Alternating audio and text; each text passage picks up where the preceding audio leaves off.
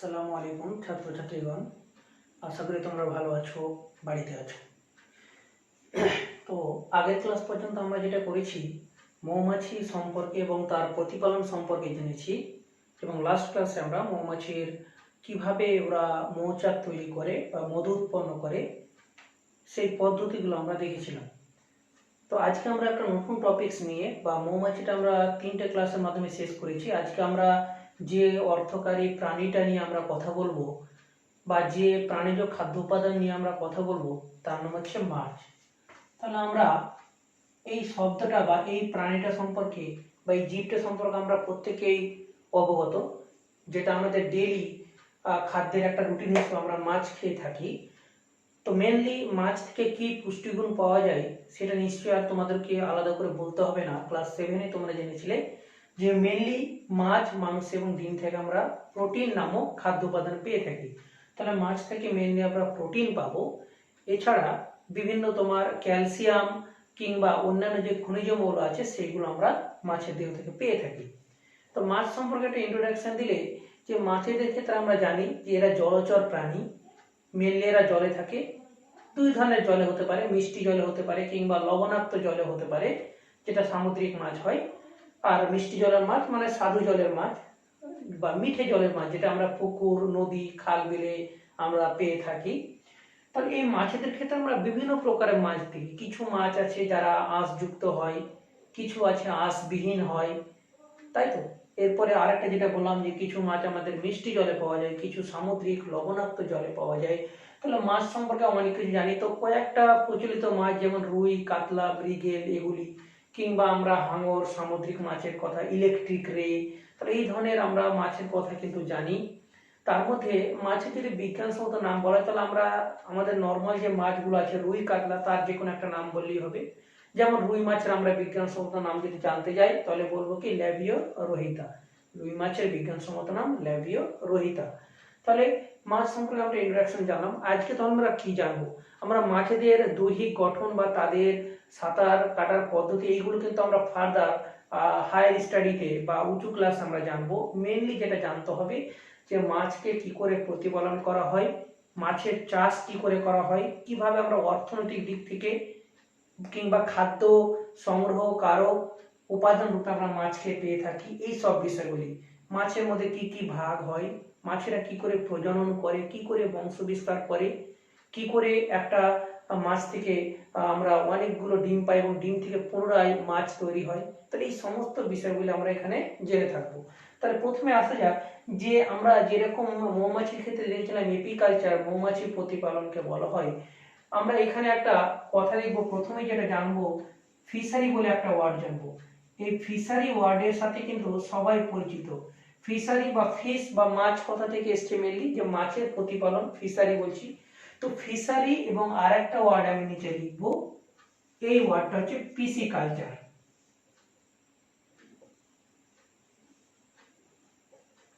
দুটো ওয়ার্ড লিখলাম, একটা ফিশারি আর একটা পিসিকালচার। তো দুটো ওয়ার্ডকে আমি কি ব্যাখ্যা করব? ফিশারি কোনটা?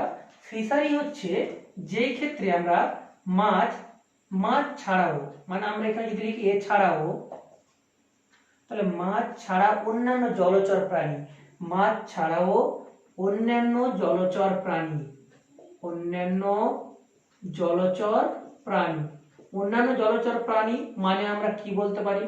আমরা শামুকের কথা বলতে পারি, ঝিনুকের কথা বলতে পারি, কিংবা আমরা চিংড়ির কথা বলতে পারি।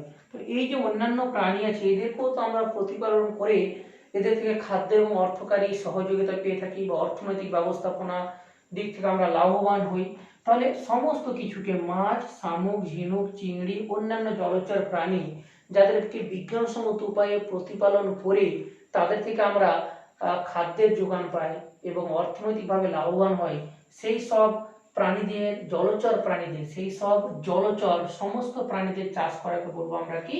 ফিশারি। তাহলে ফিশারির মধ্যে যেরকম মৎস্য চাষ করবে, শামুক, ঝিনুক, চিংড়ি বা অন্যান্য জলচর প্রাণীদের চাষ করাকে বা বিজ্ঞানসম্মত উপায়ে প্রতিপালন করাকে আমরা ফিশারি বলতে পারি।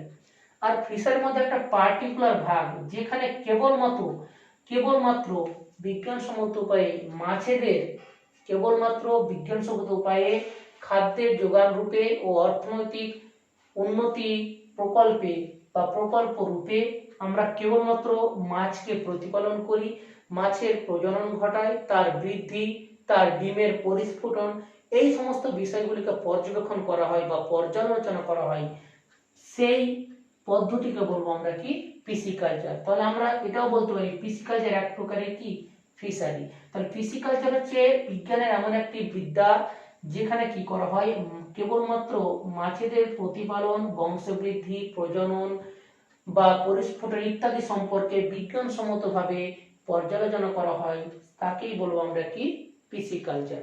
তাহলে বিজ্ঞানসম্মত উপায়ে মৎস্য প্রতিপালনকে আমরা কি বলে থাকি পিসিকালচার। তাহলে এই প্রথমেই আমরা মৎস্য চাষের ভিতরে যাওয়ার আগে এই দুটো ওয়ার্ড নিশ্চয়ই প্রত্যেকে বুঝতে পেরেছি। ফার্দার তোমরা বই পড়ে বা আমার কথাগুলোকে শুনে এই নোটসগুলোকে তৈরি করবে, এবং খুব একটা ভালো বিষয় যে তোমরা বেশিরভাগ জনেই কিন্তু রেসপন্স দিচ্ছ হোয়াটসঅ্যাপে, আমাকে নোটসগুলো তৈরি করে ছবি আকারে পাঠাচ্ছ, খুব ভালো লাগছে এবং প্রত্যেকে খুব সুন্দরভাবে তৈরি করছো। তাই আমার কথাগুলোকে শুনে প্রত্যেকটা জিনিস আমি লিখতে না পারলেও, টাইমটা না পেলেও, তোমরা কিন্তু শুনে জিনিসগুলোকে লেখার চেষ্টা করবে। এরপরে আমরা যেটা চলে আসবো যে মৎস্য চাষের ক্ষেত্রে আমরা কি কি ভাগ দেখব। তাহলে মাছেদের মধ্যে আমরা মাছ যে চাষ করব, তো কিছু মাছ আছে যাদেরকে আমরা পুকুরে বা খাল বিলে চাষ করি, আর কিছু মাছ আছে যাদেরকে আমরা প্রতিপালন করছি না বা আলাদা করে তাদের প্রজনন বৃদ্ধি ঘটাচ্ছি না। তারা কি হচ্ছে প্রকৃতির নিয়মেই তারা নদীতে, বৃহৎ নদীতে তারা কি হচ্ছে বেড়ে উঠছে এবং তাদেরকে আমরা সংগ্রহ করছি। তাহলে আমরা এটা বলতে পারি যে উৎপাদনের ক্ষেত্র অনুযায়ী, উৎপাদনের ক্ষেত্র মানে কোন জায়গায় হচ্ছে, তাহলে একটা হচ্ছে উৎপাদনের ক্ষেত্র অনুযায়ী, আর আরেকটা দেখবো আমরা কি উৎপাদনের ব্যবস্থাপনা অনুযায়ী। তাহলে প্রথমে যদি দেখি আমরা যে মৎস্য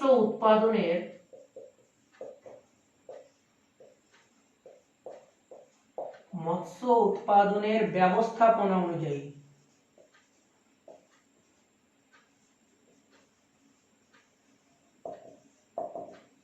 তাহলে মৎস্য উৎপাদনের ব্যবস্থাপনা অনুযায়ী মানে সেটা পুকুরে খাল বিলে আমরা প্রতিপালন করে সেখান থেকে সংগ্রহ করছি, না সরাসরি নদীতে প্রাকৃতিক নিয়মে যে মাছেরা বেড়ে উঠছে তাদেরকে সংগ্রহ করছি।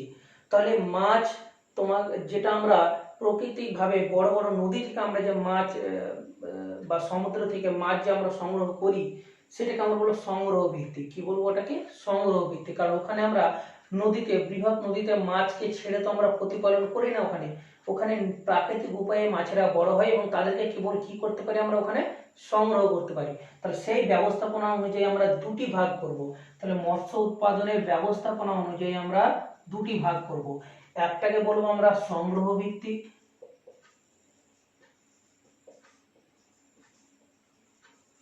তাহলে সংগ্রহ ভিত্তিক মৎস্য চাষ, আর আরেকটাকে বলবো আমরা, এইটাকে আমরা বলতে পারি যেটা হচ্ছে পালন ভিত্তিক। পালন ভিত্তিক মানে যাদেরকে আমরা লালন পালন করছি। তাহলে দুটো ওয়ার্ড বললাম। তাহলে সংগ্রহ ভিত্তিক আর পালন ভিত্তিক মৎস্য চাষ বলতে কি বোঝায়?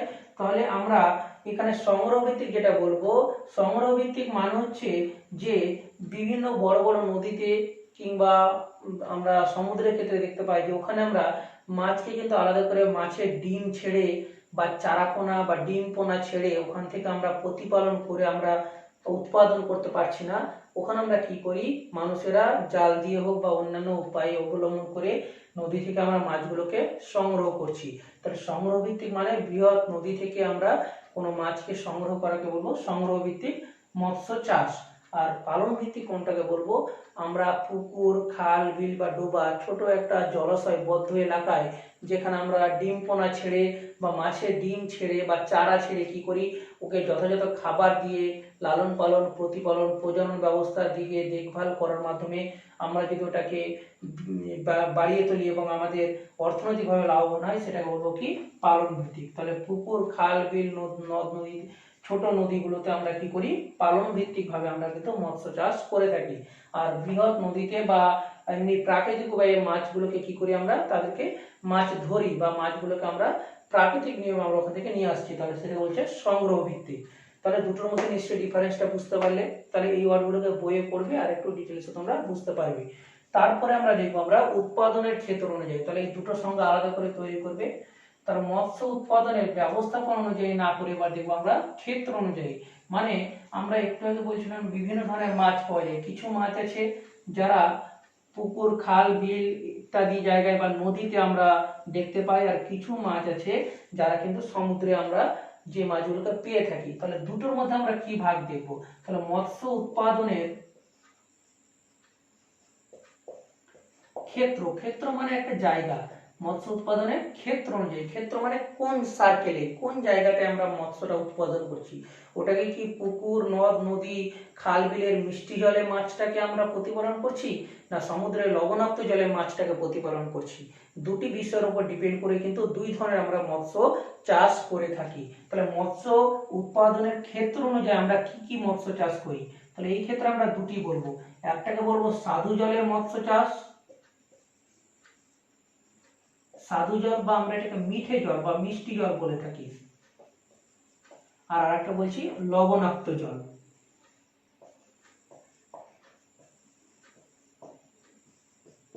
তাহলে দুই ধরনের মাছ হয়, একটা হচ্ছে সাধু জলের মাছ বা মিঠে জলের মাছ, আর একটা কি বলছি আমরা লবণাক্ত জলের মাছ। আবার এই যে এখানে দেখছি আমরা এই সাধু জল বা মিষ্টি জল এবং লবণাক্ত জল, এই দুই প্রকার জলের মাছটা কি কি প্রকারভেদের মধ্যে এরা পড়ছে। তাহলে সাধু জল বা মিঠে জল আমরা কোথায় পেয়ে থাকি, আর লবণাক্ত জল বা কোথায় পেয়ে থাকি, এই দুটোর উপর আবার দুটো আলাদা আলাদা করে আমরা ক্যাটেগরির মধ্যে রাখতে পারি।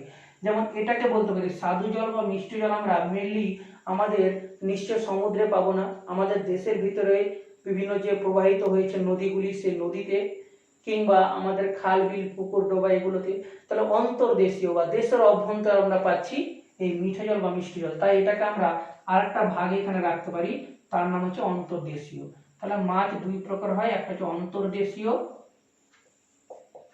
তাহলে এটা হচ্ছে অন্তর্দেশীয়, আর আরেকটা দেখবো আমরা সেটা হচ্ছে সামুদ্রিক, যেটা লবণাক্ত জলে। তাহলে এটাকে আমরা আরেকটা পয়েন্ট করে দিলে বেশি ভালো হয়, যে দুই প্রকারের মাছ, একটা অন্তর্দেশীয় আর একটাকে সামুদ্রিক বলা হচ্ছে।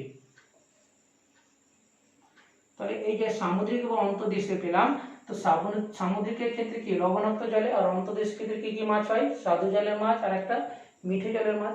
আবার এই সাধু জল বা মিঠে জলের মাছের মধ্যে আবার দুই ধরনের মাছ, অন্তর্দেশীয় অঞ্চলে আবার দুই ধরনের মাছ দেখতে পাই। কোথায় কোথায়? একটা হচ্ছে সরাসরি আমরা এখানে দেখতে পারি মিষ্টি জল বা মিঠে জল, বা এটাকে আমরা সাধু জল বলতে পারি। আর একটা বলতে পারি অল্প লবণাক্ত। এই কথাটাকে কেন বলা হলো অল্প লবণাক্ত বলা হচ্ছে, মানে অন্তর্দেশীয় অঞ্চলে তাহলে অল্প লবণাক্ত জলের মাছ আমরা বলতে পারি, আর একটা মিঠে জলের মাছ। অল্প লবণাক্ত জল মানে আমি এখানে আর একটা ওয়ার্ড লিখতে পারি মোহনা।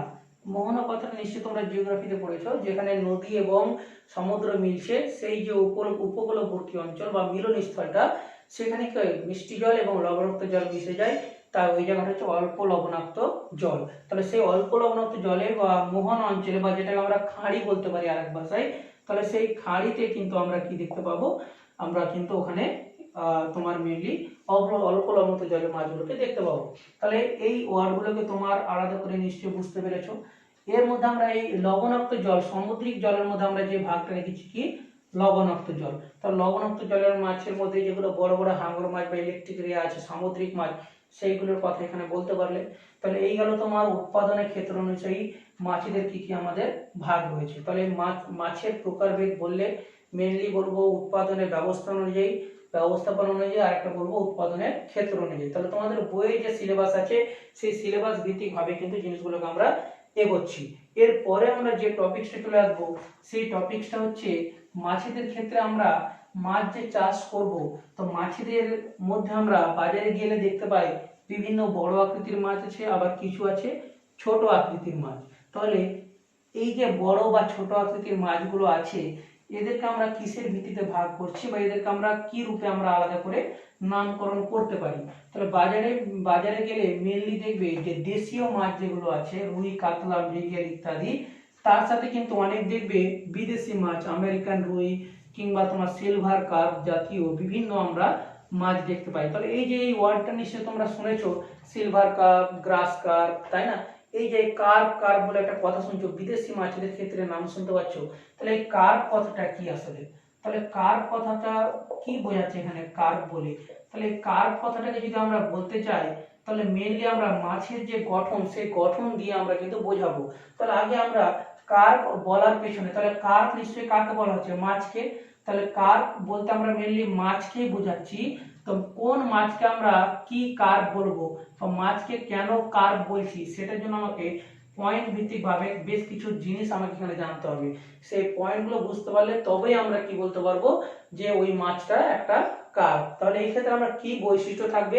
1 নম্বর থাকবে এটা কি? স্বাদু জলের। তাহলে মাছটাকে অবশ্যই হতে হবে কি জলের? মিষ্টি জলের। তাহলে স্বাদু জলের এবং এই মাছটা হবে অস্থিযুক্ত। তাহলে স্বাদু জলের এবং অস্থিযুক্ত, স্বাদু জলের অস্থিযুক্ত মাছ। তাহলে কার্পর প্রথম বৈশিষ্ট্য কি হবে? স্বাদু জলের হবে এবং হাড়যুক্ত বা মিষ্টি জলের এবং হাড়যুক্ত মাছ হবে। 2 নম্বর যেটা পয়েন্ট হবে যে এদের মাথাটা, বাজারে গেলে দেখবে বেশিরভাগ মাছেরই মাথাটা কিন্তু ত্রিকোণ আকৃতি হয়। তাহলে আমরা মাছের ছবি ছোট্টবেলা থেকে ড্রয়িং প্র্যাকটিস করার সময় মাছের ছবি আমরা দেখেছি যে মাছের ক্ষেত্রে এরকম একটা ছবি আমরা দেখতে পাই। তাহলে এই যে এর মাথাটা দেখবো আমরা, মাথাটা কিন্তু ত্রিকোণ আকৃতির হয় এবং এই ক্ষেত্রে আমরা দেখি যে মাথায় কিন্তু কোনো ধরনের কিন্তু আঁশ আমরা দেখতে পাই না। বাকি সারা শরীরে আমরা আঁশ দেখি, তার সাথে আমরা পৃষ্ঠ পাখনা দেখছি, হ্যাঁ, শ্রোণী পাখনা, বক্ষ পাখনা, পাই পাখনা ইত্যাদি। তাহলে এই যে এখানেও বৈশিষ্ট্য আমাকে লক্ষ্য রাখতে হবে যে এদের মস্তকটা ত্রিকোণ আকৃতি, মস্তকটা ত্রিকোণ আকৃতি। তাহলে মাথাটা হবে ত্রিকোণ আকৃতি এবং মাথায় কোনো ধরনের আঁশ কিন্তু থাকবে না। তাহলে মস্তক ত্রিকোণ আকৃতি এবং আঁশবিহীন। তাহলে এই পয়েন্টটাকে আমাকে আলাদা আলাদা করে লিখতে হলো, মস্তক ত্রিকোণ আকৃতি এবং আঁশবিহীন, মস্তক ত্রিকোণ আকৃতি এবং আঁশবিহীন। দুটো বৈশিষ্ট্য থাকলে আমরা সেটাকে কি বলতে পারবো? কার্প বলতে পারবো। 3 নম্বর বৈশিষ্ট্য যেটা বলবো আমরা, ইম্পর্টেন্ট বৈশিষ্ট্য, যে এদের ক্ষেত্রে যেটা হবে, এদের ক্ষেত্রে অতিরিক্ত শ্বাসযন্ত্র, তাহলে এদের ক্ষেত্রে অতিরিক্ত শ্বাসযন্ত্র এবং চোয়ালে দাঁত, চোয়ালে দাঁত অনুপস্থিত। তাহলে এই পয়েন্ট আমি বোঝাচ্ছি, আগে লিখিয়ে দিই এটা। তাহলে এই বৈশিষ্ট্যটা হতে হবে কার্পের বৈশিষ্ট্য। কি বলছে? অতিরিক্ত শ্বাসযন্ত্র এবং চোয়ালে দাঁত অনুপস্থিত। অনুপস্থিত মানে থাকে না। তোমরা যখন ক্লাস 9 উঠবে তখন মাছেদের 2 ধরনের মাছের কথা জানবে।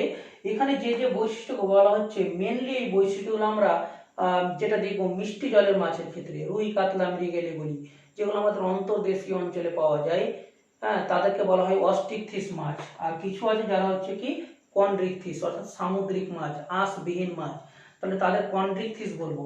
তো এইখানে বলা হচ্ছে যে কার্প হতে গেলে অতিরিক্ত শ্বাসযন্ত্র এবং চোয়ালে দাঁত থাকবে না। অতিরিক্ত শ্বাসযন্ত্র কথাটা কি? অতিরিক্ত শ্বাসযন্ত্র মানে মেইনলি তোমরা কিছু মাছের কথা বলছি, কই মাছের কথা সবাই শুনেছো, শিঙি মাছের কথা, মাগুর মাছের কথা। তো এই মাছগুলোকে দেখবে বাজারে গেলে দেখতে পাবে যে অন্যান্য মাছগুলোকে জল ছাড়া এমনি জায়গায় রাখলে কিছুক্ষণ পরে মাছগুলো শ্বাস প্রশ্বাস কার্য নিতে পারে না বা মারা যায়। কিন্তু এই মাছগুলোকে দেখবো অনেকক্ষণ ধরে জীবিত থাকতে পারে। তাহলে এরা কেন তোমার শিঙি, মাগুর কিংবা ওই কই মাছ কেন এতক্ষণ বেঁচে থাকতে পারে? কারণ ওদের নর্মাল ফুলকা ছিদ্র যেরকম থাকে শ্বাসকার্য চালানোর জন্য, যেটা রুই, কাতলা মাছের বা সাধারণ মাছের ক্ষেত্রে থাকে, ওদের ক্ষেত্রে এক্সট্রা করে, প্রত্যেকটা মাছের ক্ষেত্রে এক্সট্রা করে ওই ফুলকা ছিদ্রের ওপরের দিকে একটা করে শ্বাস অঙ্গ থাকে অতিরিক্ত। তাহলে এই যে এক্সট্রা একটা শ্বাস অঙ্গ আছে, ওর জন্য এরা কি করে, জল ছাড়া বায়ুমণ্ডল থেকে অক্সিজেন নিয়েও এরা কিন্তু অনেকক্ষণ বেঁচে থাকতে পারছে। তাহলে এইরকম অতিরিক্ত শ্বাসযন্ত্র কিন্তু আমরা নর্মাল মাছেদের ক্ষেত্রে দেখতে পাবো না। তাহলে এই অতিরিক্ত শ্বাসযন্ত্র থাকবে না যেসব মাছে, তাদেরকে আমরা কি বলবো? কার্প। তাহলে রুই, কাতলা, মৃগেলকে আমরা যেরকম কার্প বলতে পারবো, কিন্তু কই, শিঙি, মাগুরকে আমরা কার্প বলতে পারবো না, কারণ তাদের দেহে অতিরিক্ত শ্বাসযন্ত্র রয়েছে। আর একটা পয়েন্ট কি বলছে? চোয়ালে দাঁত থাকে না। চোয়াল মানে কি? যদি আমাদের দেখতে চাই, এই যে আমাদের মুখমণ্ডলের নিচের দিকে দেখবে একটা হাড় আছে, এটাকে বলছে আমাদের চোয়াল, নিম্ন চোয়াল। ওপরের দিকে যে দাঁতগুলো পতিত আছে সেটাকে বলে ঊর্ধ্ব চোয়াল। তাহলে নিম্ন এবং ঊর্ধ্ব চোয়াল উভয় চোয়ালে কি আছে, আমাদের দন্ত রয়েছে বা দাঁত রয়েছে। কিন্তু আমরা রুই কাতলা মৃগেলের মুখমণ্ডলের যে মুখছিদ্র আছে, এই মুখছিদ্র দেখবে মুখছিদ্রটাকে চোয়াল বলছে। তাহলে এই যে মুখছিদ্রটা আছে বা চোয়ালটা আছে, এদের চোয়ালে কিন্তু কোনো ধরনের দাঁত কিন্তু থাকে না। তাহলে এটাও একটা কার বৈশিষ্ট্য, কার্পের বৈশিষ্ট্য। লাস্ট যে আমরা বৈশিষ্ট্য বলবো যে দেহের ভেতরে, এদের দেহের অভ্যন্তরে যেটা থাকবে সেটা হচ্ছে পটকা। দেহের অভ্যন্তরে পটকা উপস্থিত। তাহলে এই পয়েন্টটাও কিন্তু কার্প হওয়ার জন্য একটা বৈশিষ্ট্য। যে পটকা মানে নিশ্চয় জানো যে রুই কাতলা মৃগেল মাছের দেহের ভিতরে দুটি বায়ুপূর্ণ প্রকোষ্ঠযুক্ত যে গঠনটা থাকে তাকে পটকা বলে। এই পটকাটা কি করে, বায়ুপূর্ণ হলে মাছের দেহটা হালকা হয় এবং উপরে ভেসে যায়, এবং এটা যদি চুপসে যায় তাহলে মাছের দেহ ভারী হয়ে গিয়ে জলের নিচের দিকে নেমে আসে। তাহলে আমরা এর দেহের ভিতরে এরকম জায়গায় আমরা কি দেখতে পাবো, এদের দুই প্রকোষ্ঠযুক্ত এরকম কিন্তু একটা পটকা দেখতে পাবো, যেটা তোমরা প্রত্যেকে নিশ্চয়ই দেখেছো। বাজার থেকে মাছ নিয়ে আসলে বাড়িতে এই পটকাটা তোমরা দেখেছো, এবং এটা পায়ের নিচে ফেলে প্রায় জনই হয়তো ফাটিয়েছো। তাহলে এই পটকাটা কিন্তু থাকা কাদের ক্ষেত্রে বৈশিষ্ট্য, কার্পের। তাহলে আমাকে যদি বৈশিষ্ট্য বলে তবে আমি এই 4টা পয়েন্ট বলতে পারি, বা আমাকে সংজ্ঞাও যদি বলে কার্প কাকে বলে, তাহলে আমি কি বলবো, এই 4টা বৈশিষ্ট্যকে একত্রিত করে যে আমরা জীবটা পাই তাকে আমরা কি বলবো, কার্প বলবো। তাহলে আমি এই পয়েন্টগুলোকে আলাদা করে ভেঙে বললাম, তোমাদের বইয়ে একসঙ্গে সংজ্ঞা আকারে কিন্তু দেওয়া আছে। এরপরে আমরা চলে আসব কার্পের ক্ষেত্রে কি কি প্রকারের কার্প হয়। এইখানে যেটা মেন দাঁড়াচ্ছে যে আকার অনুসারে হতে পারে, তাদের ডিম পাড়ার পদ্ধতি অনুসারে হতে পারে, প্রজনন ব্যবস্থা অনুসারে হতে পারে। তাহলে মেনলি আমরা যে বৈশিষ্ট্যের ভিত্তিতে কার্পটাকে করব সেটা হচ্ছে, এক হচ্ছে দেশীয় মাছ, একটা বিদেশি মাছ। তাহলে দেশীয় কার্প হবে, একটা বহির্দেশীয় কার্প। দেশীয় কার্পের মধ্যে আবার দুই প্রকারের ভাগ, একটা মেজর কার্প আর একটা মাইনর কার্প। মেজর মানে যেটা হচ্ছে সব থেকে বেশি বা বড় আকৃতির, আর মাইনর মানে হচ্ছে ক্ষুদ্র বা তুলনামূলকভাবে ছোট আকৃতির। তাহলে এবার আমরা জেনে নেব মেজর কার্প এবং মাইনর কার্পের মধ্যে পার্থক্যটা কি, বা ওই পার্থক্যের পয়েন্টগুলো থেকে আমরা কিন্তু সংজ্ঞাগুলো তৈরি করতে পারবো। তাহলে এবার দেখে নিই আমরা কার্প কয় প্রকার ও কি কি।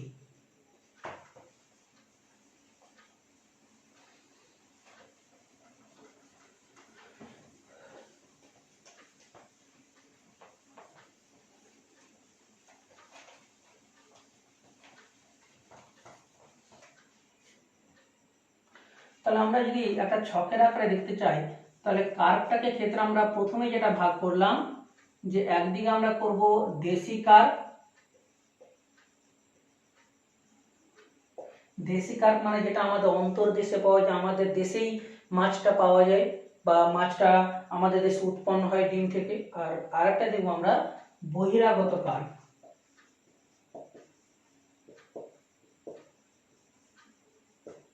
বহিরাগত কার্প মানে যেটা বিদেশ থেকে আমদানি করা, ধরো আমেরিকার রুই মানে কি, আমেরিকা থেকে ওই মাছটা আমদানি করে আমাদের দেশে ওর প্রজনন ঘটিয়ে বা ডিম পোনা বের করে ওটাকে আমাদের এই ঋতু অনুসারে বা আমাদের ঋতুতে সুইটেবল খেয়েছে বলে, বা আমাদের ঋতুতে ওরা প্রজনন ব্যবস্থা করতে পারছে, তাই যেহেতু বাইরে থেকে মাছটাকে নিয়ে আসা হয়েছে তাই তাদেরকে বহিরাগত কার্প বলে।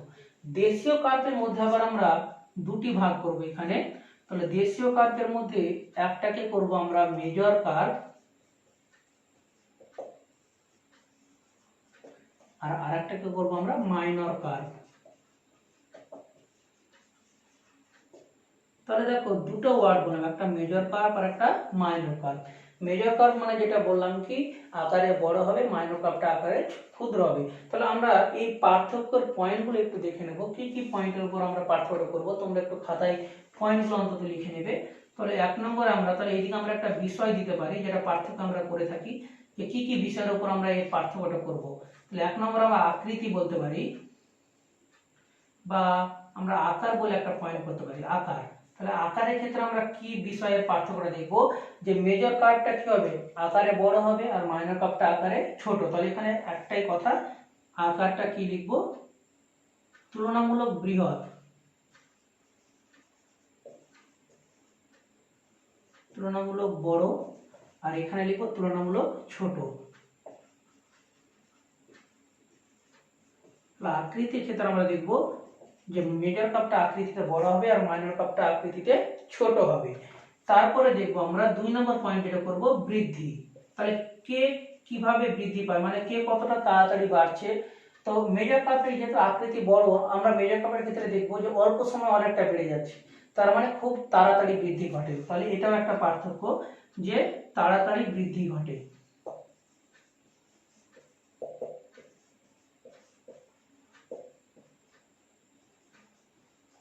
তাড়াতাড়ি বৃদ্ধি করছে, আর এর ক্ষেত্রে আমরা লিখব কি তাড়াতাড়ি বৃদ্ধি ঘটে না, তাড়াতাড়ি বাড়ে না। তাহলে বৃদ্ধি কিভাবে হচ্ছে তার উপর দুটো পয়েন্ট হলো। এরপরে আমরা পয়েন্ট করব যে 3 নম্বর পয়েন্ট করব আমরা ডিমের কথা। এদের ক্ষেত্রে ডিমটা কি, মেইনলি আমরা দেখব মেজর কার্পের যে মাছেরা আছে তারা মেইনলি বদ্ধ জলাশয়ে ডিম তোমার যেটা হবে, যেটা বদ্ধ জলাশয়ে কিন্তু ডিম পারবে না, অর্থাৎ স্রোতযুক্ত জলে ডিম পারবে। কিন্তু মাইনর কার্পের ক্ষেত্রে আমরা বদ্ধ জলাশয়ে ডিম পারতে দেখতে পারি। তাহলে এখানে লিখবো আমরা যে বদ্ধ জলাশয়ে ডিম পারে না। তাহলে এই কথাটা ইম্পর্টেন্ট, বদ্ধ জলাশয়ে ডিম পারে না। তাহলে মেজর কার্প পারবে না আর এরা বদ্ধ জলাশয়ে ডিম পারে। তাহলে এই ক্ষেত্রে আমরা লিখব বদ্ধ জলাশয়ে ডিম পারে। তাহলে ডিম পারে না, ডিম পারছে বদ্ধ জলাশয়ে। এরপরে যেটা আমরা পয়েন্ট করব অর্থনৈতিক গুরুত্ব। তাহলে 4 নম্বরে পয়েন্ট করবে তোমরা অর্থনৈতিকভাবে কার কতটা গুরুত্ব রয়েছে।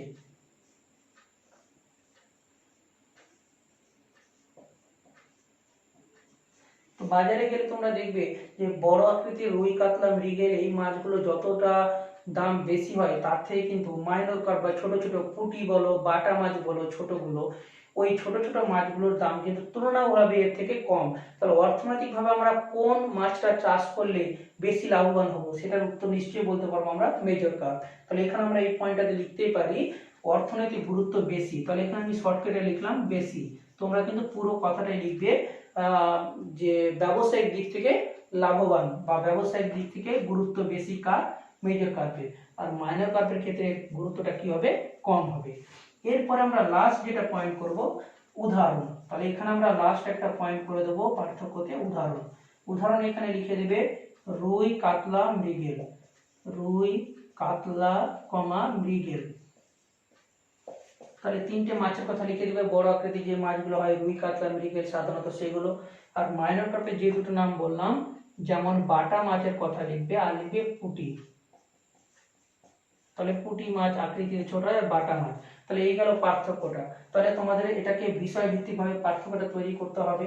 তাহলে এটা হলো। এরপরে একটা পার্ট আমাদের পড়ে থাকলো যেটা হচ্ছে বহিরাগত কার্প। বহিরাগত কার্প মানে কোনটাকে বলা হচ্ছে, মেনলি বিদেশ থেকে আমদানি করা হয়। আমদানি মানে নিয়ে আসা হচ্ছে। তাহলে 1 নম্বর পয়েন্ট বলবো আমরা বিদেশ থেকে আমদানি করা হয়, বিদেশ থেকে আমদানি করা হচ্ছে এই মাছটাকে। আর 2 নম্বর পয়েন্ট যেটা করব যে এই বিদেশ থেকে নিয়ে আসা এই মাছেদেরকে কি করা হয়, আমাদের অন্তর্দেশীয় জলবায়ুতে ওই মাছেরা নিজেদেরকে মানিয়ে নিয়ে আমাদের দেশে কি করতে পারে, এরা প্রজনন করতে পারছে। তাহলে অন্তর্দেশীয় জলবায়ুতে কি করে এরা, অন্তর্দেশীয় জলবায়ুতে, তাহলে এরা কি করছে অন্তর্দেশীয় জলবায়ুতে নিজেদের প্রজনন করতে পারে, প্রজনন করতে পারে। তাহলে এখানে আমরা দেখলাম যে বহিরাগত কার্পের কি বৈশিষ্ট্য।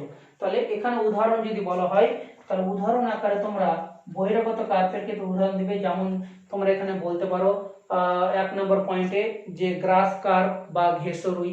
তাহলে 1 নম্বর উদাহরণ দিবে গ্রাস কার্প বা ঘেঁষরুই, এই মাছটাকে বাইরে থেকে আমদানি করা হচ্ছে। 2 নম্বরে দিবে কমন কার্প বা আমেরিকান রুই, কমন কার্প বা আমেরিকান রুই। আর 3 নম্বর উদাহরণ দিবে কি সিলভার কার্প। তাহলে 3টে উদাহরণ এখানে দিলে। তাহলে তোমাদের পরের দিনের জন্য হোমওয়ার্ক রূপে আমি কি কি কোশ্চেন বলছি একদিক থেকে বলছি, কোশ্চেনগুলো একটু লিখে নাও এবং সেই অ্যান্সারগুলো করে দেখাবে। ফার্স্ট কোশ্চেন হচ্ছে, প্রথমে হেডিং দিবে মাছ বলে, প্রথম কোশ্চেন ফিশারি বলতে কি বোঝো। 2 নাম্বার পিসিকালচার কাকে বলে। 3 নম্বরে আমরা জানবো, লিখবে তোমরা কোশ্চেন, উৎপাদনের ব্যবস্থা অনুযায়ী মাছ চাষ কয় প্রকার ও কি কি? উৎপাদনের ক্ষেত্র অনুযায়ী মাছ কয় প্রকারের ও কি কি? তাহলে ছকের আকারে জিনিসগুলোকে লিখবে। তারপরে লিখবে কার্প কাকে বলে, কার্পের উদাহরণ দাও। তারপরে কোশ্চেন লিখবে কার্প কয় প্রকার ও কি কি? মেজর কার্প ও মাইনর কার্পের মধ্যে পার্থক্য লেখো। লাস্ট কোশ্চেন লিখবে বহিরাগত কার্পের বৈশিষ্ট্য লেখো ও উদাহরণ দাও। তাহলে মাছের সম্পর্কে এই প্রকারভেদ পর্যন্ত আজকে থাক। পরের ক্লাসে একটা ক্লাসে আমরা মাছের যে বাকি অংশটা রয়েছে তাদের প্রজনন ব্যবস্থা সম্পর্কে আলোচনা করব, কি করে তারা বৃদ্ধি পায়, দিয়ে আমরা 2টি ক্লাসে এই মাছ চাষটাকে কিন্তু আমরা কমপ্লিট করব। তাহলে আমরা আস্তে আস্তে সিলেবাসটা এগিয়ে নিয়ে যাচ্ছি, তোমরা কোঅপারেট করো, বাড়িতে ভালো করে পড়ো, মনোযোগ সহকারে পড়ো এবং অন্যান্যদের পড়তে উদ্বুদ্ধ করো। তাহলে আজকে এ পর্যন্তই থাক।